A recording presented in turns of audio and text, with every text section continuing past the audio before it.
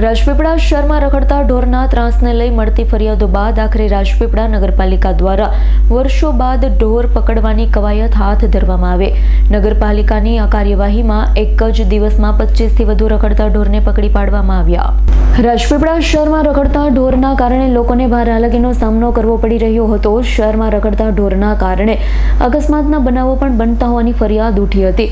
આ મામલે રાજપીપળા નગરપાલિકાના ચીફ ઓફિસર વૈશાલી વરિયાની સૂચનાથી નગરપાલિકા દ્વારા સુરતની ખાનગી એજન્સીઓ ઢોર પકડવાની કામગીરી સોંપવામાં આવી। ખાનગી એજન્સીની ટીમ દ્વારા રાજપીપળા શહેરના વિવિધ વિસ્તારોમાં કામગીરી હાથ ધરવામાં આવી હતી।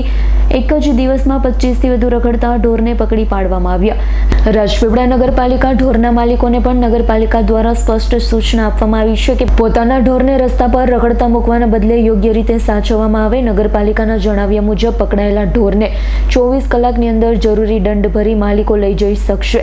જો નિયત સમય મર્યાદામાં ઢોર છોડવામાં નહીં આવે તો તેમને કરજણ પાંજરાપોળ ખાતે મોકલી દેવામાં આવશે। ત્યારબાદ નગરપાલિકાની જવાબદારી રહેશે નહીં।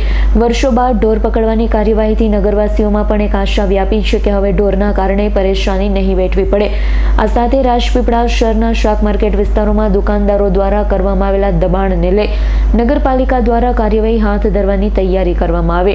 દુકાનદારોને દબાણ દૂર કરવા માટે 25 દિવસનું અલ્ટિમેટમ આપવામાં આવ્યું છે। રખડતા ઢોરને દબાણના પ્રશ્ન નગરપાલિકાની કાર્યવાહીથી હવે શહેરમાં વ્યવસ્થા સુધરવાની આશા વ્યક્ત કરવામાં આવી રહી છે।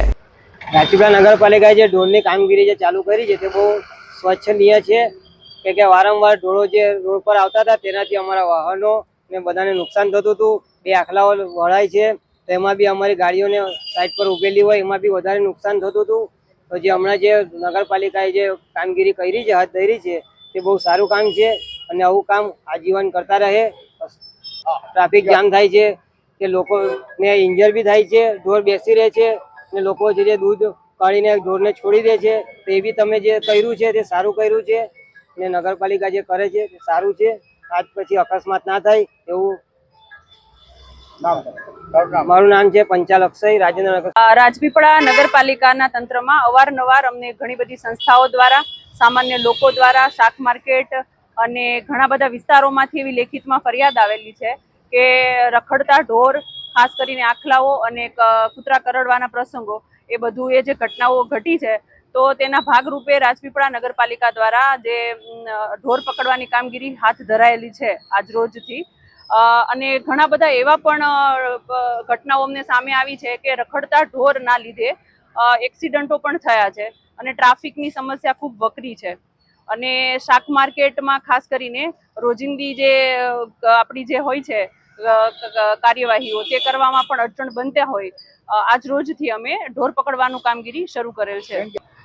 ઢોર જે પકડવાની કામગીરી છે તો કોઈ એજન્સી દ્વારા જ અમે જાહેર નિવિદા આપેલી હતી અને એક એજન્સી તૈયાર થઈ છે જે બેઝિકલી ભરવાડો છે અને તેઓ જે છે ઢોર પકડી અને ડમ્પ સાઇટ કે અમારું એક જે છે પશુનું એક યાર્ડ એની અંદર રાખવામાં આવશે 24 કલાક દરમિયાન અને 24 કલાક દરમિયાન કલર કોડિંગ પણ કરવામાં આવશે અને એ દરમિયાન જો કોઈ વ્યક્તિ માલિકી ધરાવે છે તે ઢોરની તો તેને દંડ વસૂલી અને છોડવામાં આવશે અને 24 કલાક પછી ભરૂચ અને જે આપણે કરજણ પાંજરાપોળ છે ત્યાં મોકલી દેવામાં આવશે અને ત્યાં મોકલ્યા પછી નગરપાલિકાની કોઈ પણ જવાબદારી રહેશે નહીં। એટલે આપ સૌને મારી એ જ નમ્ર અરજ છે કે પોતપોતાના ઢોર હોય તો ત્યાં બાંધી લેવા અને તેમને મેન્ટેન કરવા માટે યોગ્ય જમીન કે ભાડે લેવી અથવા તો એ રીતે વ્યવસ્થા કરવી। ત્યાર પછી પકડી લેવા પછી અને પાંજરાપોળ મોકલ્યા પછી નગરપાલિકાની કોઈ જવાબદારી રહેશે નહીં। ગેરકાયદેસર બાંધકામ શાક માર્કેટમાં થયેલા છે તેના લીધે શાક માર્કેટમાં અનનેસેસરી ગંદકી જોવા મળે છે અને પ્લાસ્ટિક વેસ્ટનો બહુ જ ખૂબ જ ઉપદ્રવ વધેલો છે। તો તેના ભાગરૂપે અમે એક ડ્રાઈવ ચલાવી છે અને બાંધકામ જેમણે ગેરકાયદેસર કર્યું છે તેમને 15 દિવસમાં બાંધકામ હટાવવા માટે અપીલ પણ કરવામાં આવી છે અને જ્યાં પ્લાસ્ટિક વેસ્ટ જ્યાં વધારે હતો તેમને દંડ પણ ફટકારવામાં આવેલ છે। ચીફ ઓફિસર રાજપીપળા નગરપાલિકા વૈશાલી વરિયા। દીપક જગતાપનો રિપોર્ટ, S9 ન્યૂઝ, રાજપીપળા। અમારી તમામ માહિતીથી અપડેટ રહેવા માટે જોડાયેલા રહો S9 ન્યૂઝ સાથે।